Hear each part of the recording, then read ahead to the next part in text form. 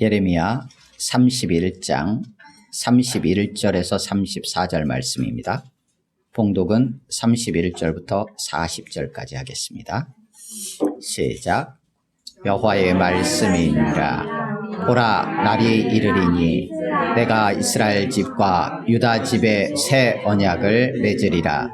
이 언약은 내가 그들의 조상들의 손을 잡고 애굽 땅에서 인도하여 내던 날에 맺은 것과 같이 아니할 것은 내가 그들의 남편이 되었어도 그들이 내 언약을 깨뜨렸음이라. 여호와의 말씀이니라. 그러나 그날 후에 내가 이스라엘 집과 맺을 언약은 이러하니 곧 내가 나의 법을 그들의 속에 두며 그들의 마음에 기록하여 나는 그들의 하나님이 되고 그들은 내 백성이 될 것이라. 여호와의 말씀이니라. 그들이 다시는 각기 이웃과 형제를 가리켜 이르기를 너는 여호와를 알라 하지 아니하리니 이는 작은 자로부터 큰 자까지 다 나를 알기 때문이라. 내가 그들의 악행을 사하고 다시는 그 죄를 기억하지 아니하리라. 여호와의 말씀이니라. 여호와께서 이와 같이 말씀하셨느니라. 그는 해를 낮의 빛으로 주셨고 달과 별들을 밤의 빛으로 정하였고 바다를 뒤흔들어 그 파도로 소리치게 하나니 그의 이름은 만군의 여호와니라. 이 법도가 내 앞에서 폐할진대 이스라엘 자손도 내 앞에서 끊어져 영원히 나라가 되지 못하리라. 여호와의 말씀이니라. 여호와께서 이와 같이 말씀하시니라. 위에 있는 하늘을 측량할 수 있으며 밑에 있는 땅의 기초를 탐지할 수 있다면 내가 이스라엘 자손이 행한 모든 일로 말미암아 그들을 다 버리리라. 여호와의 말씀이니라. 보라, 날이 이르리니 이 성은 하나님의 망대로부터 모퉁이에 이르기까지 여호와를 위하여 건축될 것이라. 여호와의 말씀이니라. 측량줄이 곧게 가렙 언덕 밑에 이르고 고아로 돌아 시체와 제 모든 골짜기와 기드론 시내에 이르는 모든 고지 곧 동쪽 마물의 모퉁이에 이르기까지 여호와의 거룩한 곳이니라. 영원히 다시는 뽑거나 전복하지 못할 것이니라. 아멘. 31절에서 34절 말씀을 중심으로 3, 4분 정도 각자 묵상합니다. 네, 거기까지 보시겠습니다. 우리 하나님은 마음과 뜻과 목숨을 다해 힘을 다해 사랑할 단 하나이신 성삼위일체 하나님이십니다. 하나님께서 먼저 우리를 사랑하셔서 그리스도 예수 안에서 우리를 자녀 삼으셨습니다. 신실하신 하나님은 이스라엘을 애굽에서 이끌어내시고 그들과 언약을 맺으시며 그들을 백성 삼으십니다. 하지만 이스라엘은 여호와 하나님을 버리고 다른 것들을 섬기며 언약을 깨뜨리게 됩니다. 그들을 향해 하나님은 심판을 경고하시면서도 메시아를 약속하시고 구원의 길을 열어주십니다. 오늘 본문은 우리 죄를 사하고 백성 삼으시려는 하나님의 확고한 의지가 담긴 새 언약의 말씀이 있는 본문입니다. 예레미야는 구약성경 이제 시가서가 끝나고 17권의 선지서 중에 이사야 다음으로 두 번째 위치에 있는 말씀입니다. 이때 당시의 배경으로 보면 예레미야는 하나님의 말씀을 받게 되는데 그때 유다의 왕들 이제 마지막 때가 지나갑니다. 이사야는 우시아와 요담, 아하스, 히스기야 시대 그 왕 때에 하나님 말씀을 전했던 자이고 약간은 좀 걸쳐져 있지만 그 이후로 이제 히스기야 이후에 므낫세 그의 아들 므낫세가 다스리고 그리고 아몬이 잠깐 있다가 요시아로 이어지게 됩니다. 바로 그 요시아 13년부터 예레미야에게 하나님의 말씀이 임합니다. 그래서 그 요시야 이후로 해서 여호아스, 여호야김, 여호야킨, 그리고 마지막 남유다의 왕인 시드기야 왕까지. 그래서 바벨론의 예루살렘이 함락되어지고 포로로 잡혀가는 그 시간 전체에 하나님의 말씀이 예레미야에게 임하게 됩니다.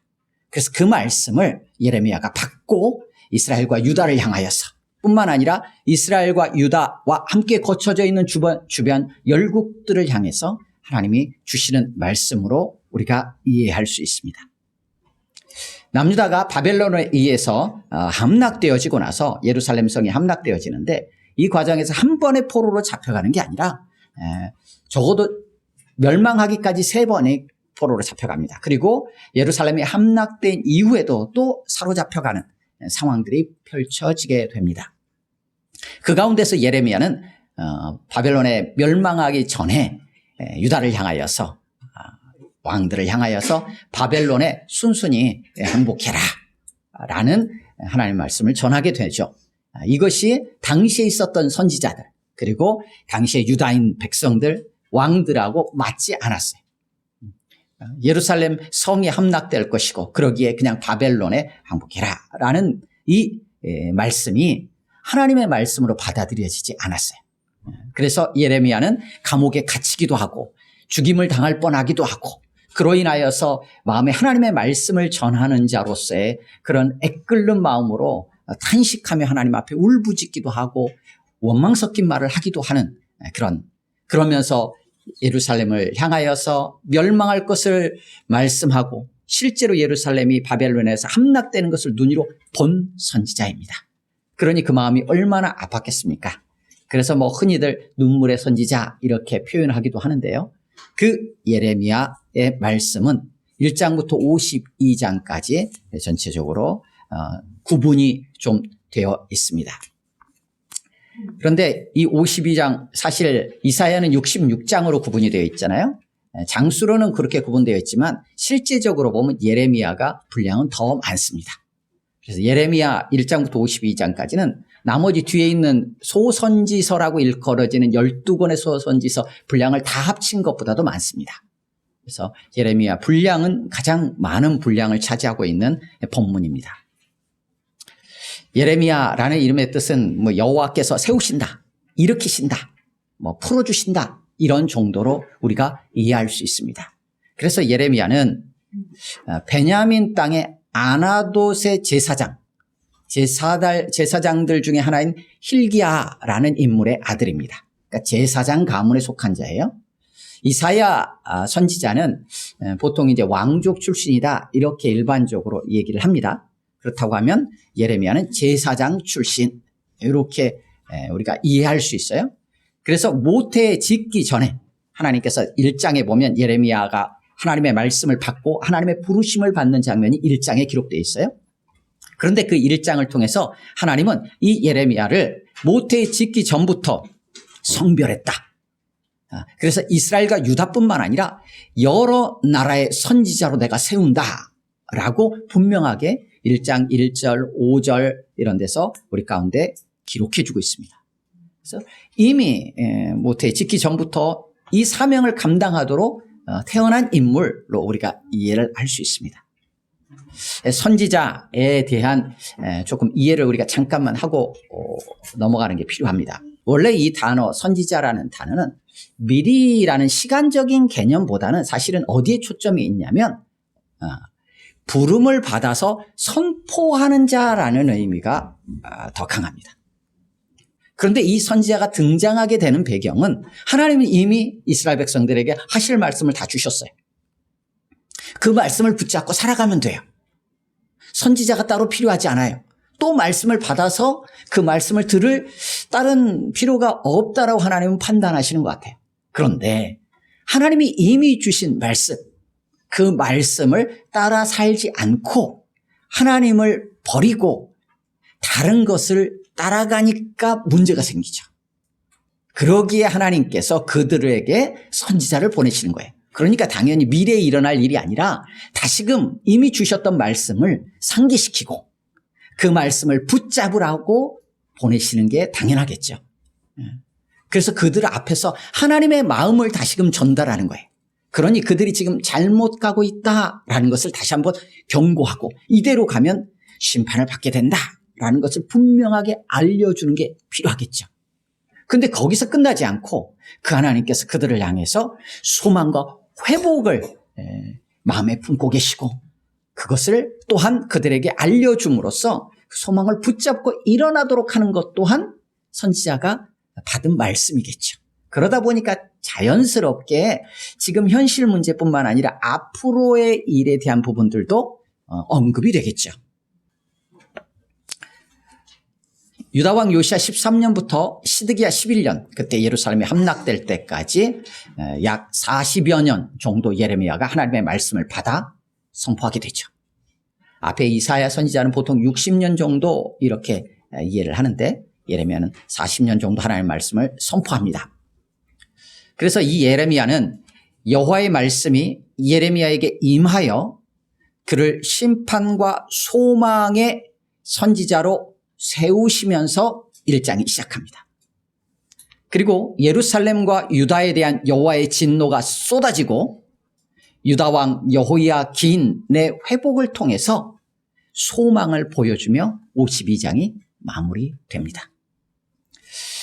다양하게 구분할 수 있지만 그냥 크게 예레미야를 두 부분으로 나눈다면 1장에서 25장까지는 이스라엘, 유다 이게 막 섞여서 나옵니다. 같이 나오기도 하고요. 이것은 남유다, 이스라엘 전체를 생각하시면 돼요. 물론 이때 시점에는 이미 이스라엘, 북이스라엘은 아수르에 의해서 멸망한 이후의 시점이에요. 그럼에도 불구하고 이스라엘이라는 명칭이 계속 등장합니다. 이것은 이스라엘은 북이스라엘의 제한에서 생각하지 마시고 어떤 때는 북이스라엘을 지칭하기도 해요. 그래서 문맥 안에서 구분해서 좀 이해하는 게 필요합니다. 어떨 때는 이스라엘 민족 전체를 의미하기도 하고요. 그래서 유다, 이스라엘을 향한 심판을 경고하는 내용이 1장에서 25장까지는 좀 중심이 되어 나타납니다. 그리고 26장부터 52장까지는 실제로 유다가 함락되어져가는 어떤 과정, 그 속에서 예레미야 말씀이 선포되고 그러면서도 소망의 말씀이 중심이 되어서 기록이 됩니다. 물론 앞에도 소망에 대한 회복에 대한 말씀이 있고 뒤에도 심판에 대한 경고들이 계속 등장하는 것은 사실입니다. 하지만 중심적인 내용을 중심으로 해서 그렇게 구분해 볼 수 있다. 이렇게 나누는 것입니다. 예레미야 1장 10절을 한번 같이 보겠습니다. 1장 10절. 제일 첫 장. 예레미야는 시작하면서 이미 심판과 소망, 회복에 대한 말씀을 가지고 시작합니다. 예레미야를 그렇게 부르셨다라는 게 1장 10절에 나와요. 1장 4절부터 10절까지는 하나님께서 예레미야를 부르시는 장면 속에서 등장하는 말씀입니다. 10절 같이 읽습니다. 시작. 보라, 내가 오늘 너를 여러 나라와 여러 왕국 위에 세워 내가 그것들을 뽑고 파괴하며 파멸하고 넘어뜨리며 건설하고 심게 하였느니라 하시니라. 아멘. 예레미야를 부르실 때 이렇게 부르신 거예요. 그러니까 이스라엘과 유다, 이스라엘을 향해서만 주시는 말씀은 아니에요.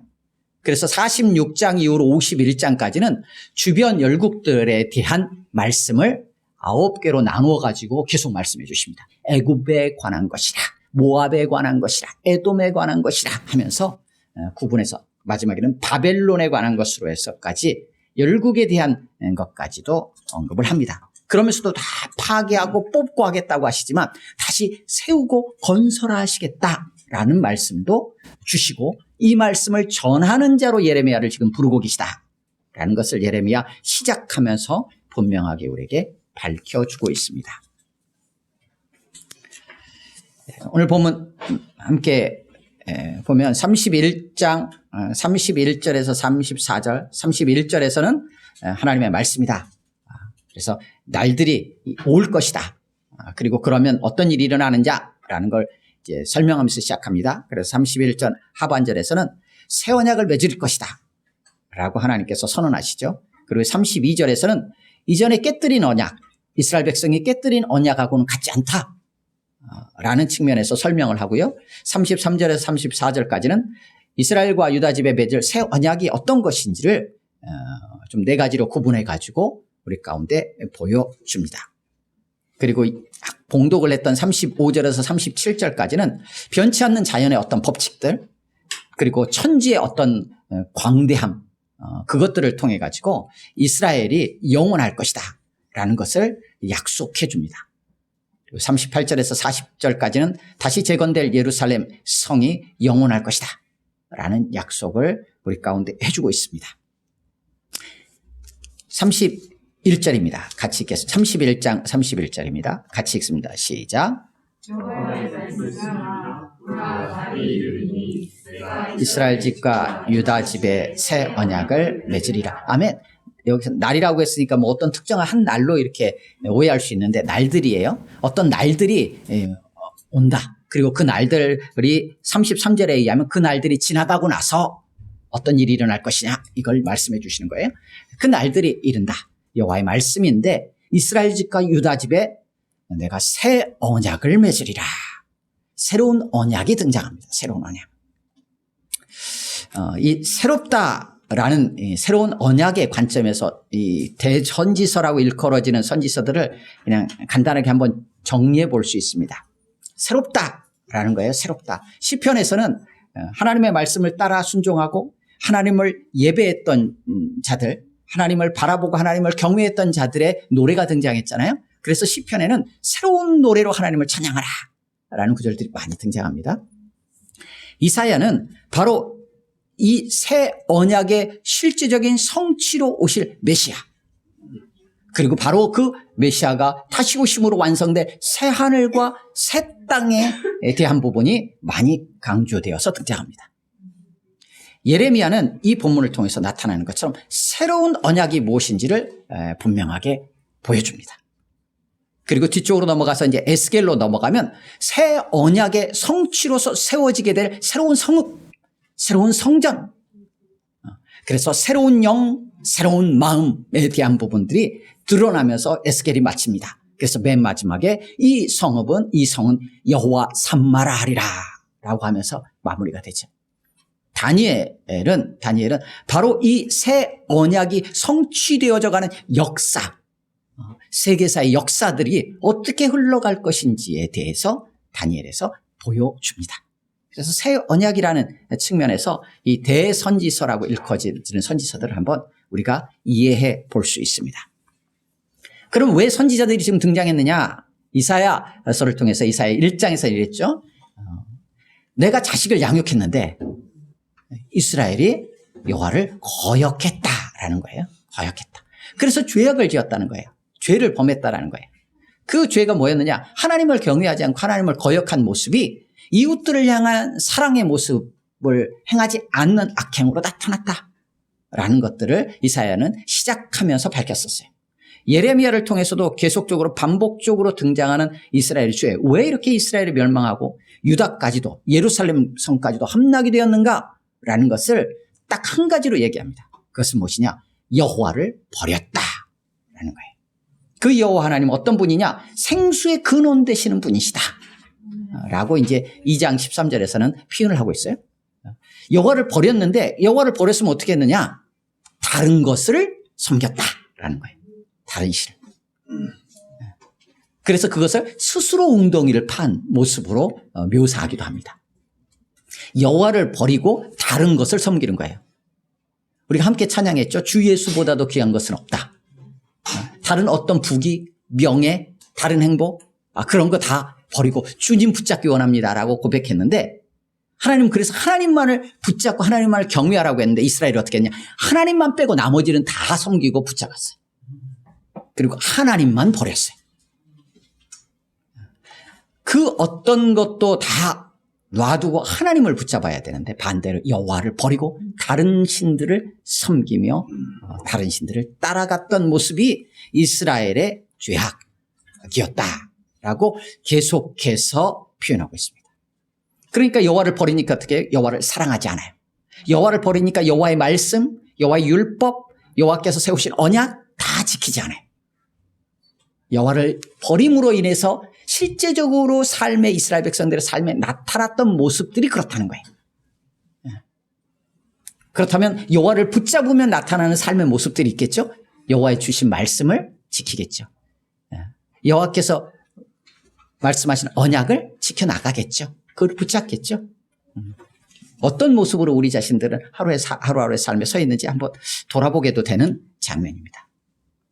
그래서 여호와를 붙잡도록, 그래서 이스라엘아 들으라, 우리 하나님 여호와는 오직 하나인 여호와시니 너는 마음을 다하고 뜻을 다하고 힘을 다해 너의 하나님 여호와를 사랑하라 라고 신명기 6장 4절 5절을 통해서 우리에게 말씀하고 계십니다. 그래서 하나님을 경외함, 하나님을 섬김, 하나님을 사랑함, 이것이 실제적으로 이웃을 사랑함으로 표현되어지도록 우리에게 말씀을 주셨죠. 근데 그것을 다 하나하나 다 버렸다는 것입니다. 그래서 그들을 향하여서 예레미야를 통해서도 촉구합니다. 돌아오라라는 거죠. 돌아오라라고 촉구하시면서 어떻게 하냐. 나도 돌이키겠다라고 하나님 말씀하세요. 재앙을 내렸던 거에서 돌이키겠다라고 말씀해요. 이스라엘만이 아니라 민족을 향해서도 마찬가지다. 그런데 너희가 나를 버리냐? 그럼 내가 너희에게 복을 주려고 했던 복에서도 돌이키겠다라고 말씀하세요. 네.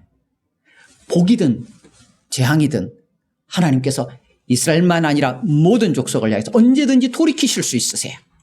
그래서 우리를 향하여 여호와 하나님께 등을 돌이킨 자들이여 여호와께로 다시금 돌아오라 라고 말씀하시는 거예요. 그게 이제 앞부분들에서 주로 많이 강조되어 나타났었습니다. 예, 오늘 본문 31절에 나는 새 언약, 새로운 언약이에요. 새 언약은 이런 형태로 이해를 하는 것이 필요합니다. 옛 언약을 폐하고 없애고 이제 다시 언약을 맺었다라는 게 아니라 옛 언약, 이미 주셨던 언약을 어떻게 해요? 완성하셨다라는 거예요. 그런 의미로 새롭다라는 걸 이해하셔야 돼요. 언약은 원래 당사자가 있어요. 두 당사자가. 그래서 하나님과 이스라엘 백성 사이에 맺어지는 언약이에요. 그래서 이 언약이라는 말은 약속이라는 걸 우리가 제한해서 생각하기 쉬워요. 그냥 약속했지, 너하고 나하고 약속한 거야. 그러니까 약속을 지켜야지, 이런 정도로 우리가 생각할 수 있는데, 그러면 하나님께서 수많은 약속들을 많이 하시잖아요. 특별히 언약이라고 표현할 때는 어떤 거냐면 하나님께서 우리를 향해서 가지신 어떤 방향성, 지향점, 우리가 어떤 방향으로 나가기 원하시는지에 대한 하나님의 뜻, 하나님의 의지가 담겨 있어요. 어떤 모습으로 나가기를 원하실까? 우리를 어떻게 이끌어 가시려고 하는가에 대한, 쉽게 말하면 큰 그림, 이것이 언약, 이렇게 이해하시면 돼요. 그렇기 때문에 이미 주어졌던 언약이라고 해서 폐하지 않아요. 그 언약은 바로 새로운 언약이라는 부분에서 완성이 돼요. 그럼 왜 옛 언약이라고 하는 이미 주어졌던 언약들을 새로운 언약으로 이렇게 주실까라고 했을 때 당사자가 있다고 했잖아요. 하나님은 신실하세요. 반드시 하나님 말씀하신 걸 지키세요. 그런데 그 약속을 준 이스라엘의 문제죠. 사람의 문제인 거예요. 그 언약에는 이스라엘이 감당해야 될 몫도 있었던 거예요. 언약을 지켜내야 됐던 거예요. 아브라함에게 주셨던 언약 한다면 할례를 받으라 라고 했으면 할례를 해야 되는 거예요. 이런 언약 지켜야 되는 부분들이 있었어요. 그런데 이거를 이스라엘이 사람들이 행하지 못한다라는 데 문제가 생긴 거예요. 하나님의 신실함에 문제가 있는 게 아니라 그 말씀이 언약이 성취되어져야 될 이스라엘의 문제가 있었던 거예요. 이들이 안 되는 거예요. 우리가 안 되는 거예요. 이들이 말씀을, 율법을 주신 돌판에 새겨주신 이 10계명의 말씀을 지켜내지 못하는 거예요. 안 되는 거예요. 그래서 계속 죄를 짓고 죄 속에서 허덕이기에 하나님께서 1년에 한 번씩 대속제일에 이스라엘 전체 수문제까지도 한 번, 1년에 한 번씩 제사를 드림으로 죄를 사하시는 일, 짐승의 피로 드려지는 제사를 계속 반복해서 드려야만 했었어요. 이거를 하나님께서 어떻게, 내가 하겠다라고 하는 게 새 언약이에요. 내가 하겠다. 너희 몫까지 내가 하겠다라는 거예요. 하나님께서 어떻게 하시죠? 네, 그 아들 예수 그리스도를 보내셔가지고 예수 그리스도께서 죽기까지 복종하심으로 이스라엘은, 우리는 죽기까지 복종하지 못하는 그 부분을 예수님이 오셔서 죽기까지 복종하심으로 언약을 성취하시는 거예요. 하나님이 하시겠다는 거예요. 이게 새 언약의 핵심이에요. 그래서 그것을 어떻게 완성하시느냐, 언약을 하나님이 행하심으로 완성하시는 거예요. 그럼 우리는 뭐냐? 우리가 행하려고 반보둥 쳤던 것들 어떻게 하느냐? 믿음으로.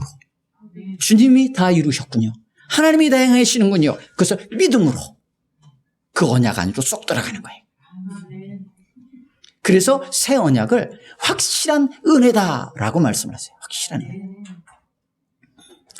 그래서 예수님을 새 언약의 보증이요, 새 언약의 중보자 이렇게 신약을 통해서 우리에게 말씀해 주세요. 예전에는 짐승의 피로 계속해서 제사를 드림으로 죄를 계속 속해야 되는 죄 가운데 있었다고 한다면 이제 완성된 오늘 본문에 있는 것처럼 죄를 다시는 기억하지 않겠다. 그 악행을 사하겠다. 하나님의 강력한 의지가 담긴 거예요. 이건 우리가 할 수 없는 거예요. 우리가. 하나님이 하시겠다는 거거든요. 어떻게 해요? 예수 그리스도께서 십자가에서 단번에 죽으심으로 더 이상 짐승의 피로 드리는 제사가 필요 없어지는 영원한 제사를 지으신 거예요. 그래서 다시는 하나님께서 죄를 기억하지 않으실 수 있는 길이 열린 거죠. 그래서 예수 그리스도 안에서 우리는 영원히 죄 사함을 받은 거예요. 내가 제사를 또 드려야 되는 게 아니라 이 은혜의 새 언약을 하나님께서 내가 맺겠다라고 하시는 거예요. 그래서 아브라함 언약, 다윗 언약 계속해서 씨를 보내주겠다. 내 후손, 내 땅 번성하게 할 것이고 내 나라, 내 왕권 이 얘기를 계속하셨거든요. 그래서 아브라함 언약, 다윗 언약을 끌어오면 어떻게 되느냐? 아브라함의 자손, 다윗의 자손이 되거든요. 그래서 신약 성경은 어떻게 시작하냐면 마태복음 1장 1절에 아브라함과 다윗의 자손 예수 그리스도의 계보라 이렇게 시작해요. 이 얘기는 뭐냐면 아브라함과 다윗의 언약의 성취로 오신 예수 그리스도 이렇게 이해할 수 있어요. 아브라함과 다윗의 언약을 옛 언약이라고, 물론 오늘 본문에서 말하는 옛 언약은 출애굽할 때 그들과 맺으셨던 모세 언약, 시내산 언약을 지칭해요. 오늘 32절에서는. 하지만 그 언약을 포함한 모든 언약의 성취로서 예수님이 오셨어요. 그래서 그 새 언약을 이제 맺으시겠다는 거예요. 하나님이 하시겠다는 거예요. 그 언약은 32절 같이 읽습니다. 32절 시작. 이 언약은 내가 그들의 조상들의 손을 잡고 애굽 땅에서 인도하여 내던 날에 맺은 것과 같지 아니할 것은 내가 그들의 남편이 되었어도 그들이 내 언약을 깨뜨렸음이라. 여호와의 말씀이니라. 이것은 모세 언약, 출애굽한 이후에 출애굽기 19장부터 24장까지 나오는 시내산 언약을 지칭하는 거예요. 그것과 다르다. 그때 십계명을 두 돌판에 새겨가지고 주셨어요. 그때. 그것과 같지 않다. 뭐가 다르지? 그건 없어지는 거야? 그때 주신 말씀은 필요 없어진 거야? 아니, 그 얘기가 아니에요. 하나님께서 행하신다는 얘기를 이제 33절, 34절까지 두 절을 통해서 네 가지로 구분합니다. 33절 같이 읽습니다. 시작. 그러나 그날 후에 내가 이스라엘 집과 맺을 언약은 이러하니 곧 내가 나의 법을 그들의 속에 두며 그들의 마음에 기록하여 나는 그들의 하나님이 되고 그들은 내 백성이 될 것이라. 여호와의 말씀이니라. 아멘. 언약의 핵심은 뭐냐면 하나님께서 우리를 어디로 끌고 가시려고 하는가에 대한 지향점, 방향성이라고 했잖아요. 그것은 무엇이냐? 하나님과 우리와의 관계에 있어요. 왜 이런 일이 일어났을까요? 아담과 하와가 타락한 이후에 하나님과 분리가 됐어요. 하나님과 단절되었죠. 이것이 죽음이요 죄로 인한 결과였어요. 그러니 어떻게 되겠어요? 우리와의 관계를 다시 회복하시길 원하시지 않겠어요? 이 회복의 길을 언약들을 통해서 지금 제시해 주셨고 길을 주셨는데 이것이 여전히 안 되는 거죠. 그러니까 어떻게 하나님께서 그냥 다 하시는 거예요. 다 해가지고 우리를 백성 삼으시고 자녀 삼으시고 품으시기로 작정하신 거죠. 그래서 하나님과 우리와의 관계, 여기가 언약의 방향성이에요. 우리는 하나님의 백성, 하나님의 자녀요. 주님의 몸이며 성령이 거하는 전이에요. 바로 그 하나님이 우리의 아버지세요. 그 하나님이 우리의 단 한 분 하나님이세요. 주님이세요. 이 관계로 우리를 회복시키려고 하는 거예요. 그렇게 하시겠다는 거예요. 근데 예전에 돌판에 말씀을 새겨서 줬더니 안 됐어요. 그것을 지킨다고 겉모양만 따라갔어요. 그래서 어떻게 하느냐? 너희 마음에, 너희 속에 내 법을 주겠다는 거예요. 법이 없어지는 게 아니에요. 그 법을 이제 너희 속에 어떻게 해요? 예. 예수 그리스도께서 오셔서 십자가에 죽으심으로 34절의 말씀들이 성취가 되었어요. 그러면서 어떻게 하느냐? 이제 예수님이 죽으시고 부활하신 후에 승천하신 다음에 우리 가운데 성령을 보내주셨어요. 성령, 내가 너에게 보낼 보혜사, 진리의 영이 너희 가운데 오면 그가 너희를 모든 진리 가운데로 인도할 것이다 라고 말씀하셨거든요. 성령이 우리 안에 오셔서 우리 안에 함께 하시면서 겉에 있는 거 볼 필요가 없어요. 성령이 우리 안에서 우리를 이끌어가기 시작하세요. 하나님이 하시겠다는 얘기죠. 하나님이 친히 우리를 양육해 가시고 돌보시고 밀고 땡기고 끌어안고 품고 하시면서 우리를 가시겠다는 거예요. 그 회복된 관계를 벗어나지 않도록 끌고 가시겠다라는 하나님의 강력한 의지와 뜻이 담겨 있는 언약이에요. 그래서 34절 같이 읽습니다. 시작. 그들이 다시는 각기 이웃과 형제를 가리켜 이르기를 너는 여호와를 알라 하지 아니하리니 이는 작은 자로부터 큰 자까지 다 나를 알미라. 내가 갱을 사하고 기억하지 아니하리라. 여호와의 말씀이니라. 아멘. 이 역사가 예수 그리스도로 말미암아 이 새 언약이 성취가 되고 예수님이 죽으심으로 말미암아 죄의 문제를 단번에 해결하시고 그리고 부활하심으로 우리를 의롭다 하셨어요. 그리고 나서 승천하시고 성령님을 보내주심으로 이제 성령님이 우리 안에서 친히 지도해 주세요. 그리고 사실 말씀이 육신이 되어 우리 가운데 오심으로 말미암아 예수님이 성육신 하신 때 당시에 이스라엘 백성들은 여호와를 알라 할 필요가 없었어요. 바로 눈앞에 여호와 하나님이 나타나 계셨어요. 예수 그리스도가 말씀이신 주님이 눈앞에 보였어요. 그리고 이제 어떻게 해요? 그 예수 그리스도 증인들이 복음을 선포하면서 이제는 주님을 알 수 있게 되었어요. 주신 말씀을 통해서도 하나님을 알게 되었어요. 성령님이 우리 안에서 끊임없이 우리를 지도하시고 가르쳐 주세요. 그 은혜 속에 우리는 살아가는 자가 되었어요. 그래서 보라 지금은 은혜 받을 만한 때요. 보라 지금은 구원의 날이로다. 이전 것은 지나갔으니 보라 새 것이 되었다. 라고 우리 가운데 선포해 주세요. 그 새 언약의 은혜를 우리는 받은 자들이에요. 어떻게 해요? 하나님의 은혜로 말미암아 믿음으로 이 은혜를 우리는 누리게 되었어요. 하나님의 지향점이 언약에 담겨 있었다고 했잖아요. 우리의 하나님과의 관계가 회복되었어요. 그 다음에 어떻게 돼요? 그 회복된 관계 안에서 살아가는 삶이 우리에게 남아있는 거예요. 내 육신의 내 욕망과 내 생각으로 내 소견대로 살아가는 게 아니라 성령이 우리 안에서 우리를 인도해 주실 거예요. 그 인도하심을 믿음으로 따라감으로 말미암아 회복된 하나님의 관계 안에서 우리는 살아가게 돼요. 말씀을 정리합니다. 이스라엘 백성들 이들은 하나님을 버리고 다른 신을 섬겼습니다. 하나님은 그런 이스라엘을 향하여 징계하시면서 심판을 경고하시지만 또한 소망의 메시지를 주십니다. 핵심적으로 징계에 그치지 않고 내가 하겠어. 내가 다 할게. 라는 하나님의 의지가 담긴 새 언약을 약속해 주십니다. 그 새 언약은 아브라함과 다윗의 자손으로 오신 예수 그리스도 안에서 성취되어지고 완성되어집니다. 우리는 그 새 언약의 시대에 살아가며 예수 그리스도 안에서 새 언약의 백성이 되었습니다. 이것은 하나님의 확실한 은혜입니다. 뿐만 아니라 새 언약의 말씀대로 성령으로 함께 하시며 하나님의 백성, 하나님의 자녀로 살아가도록 오늘도 우리를 인도해 주십니다.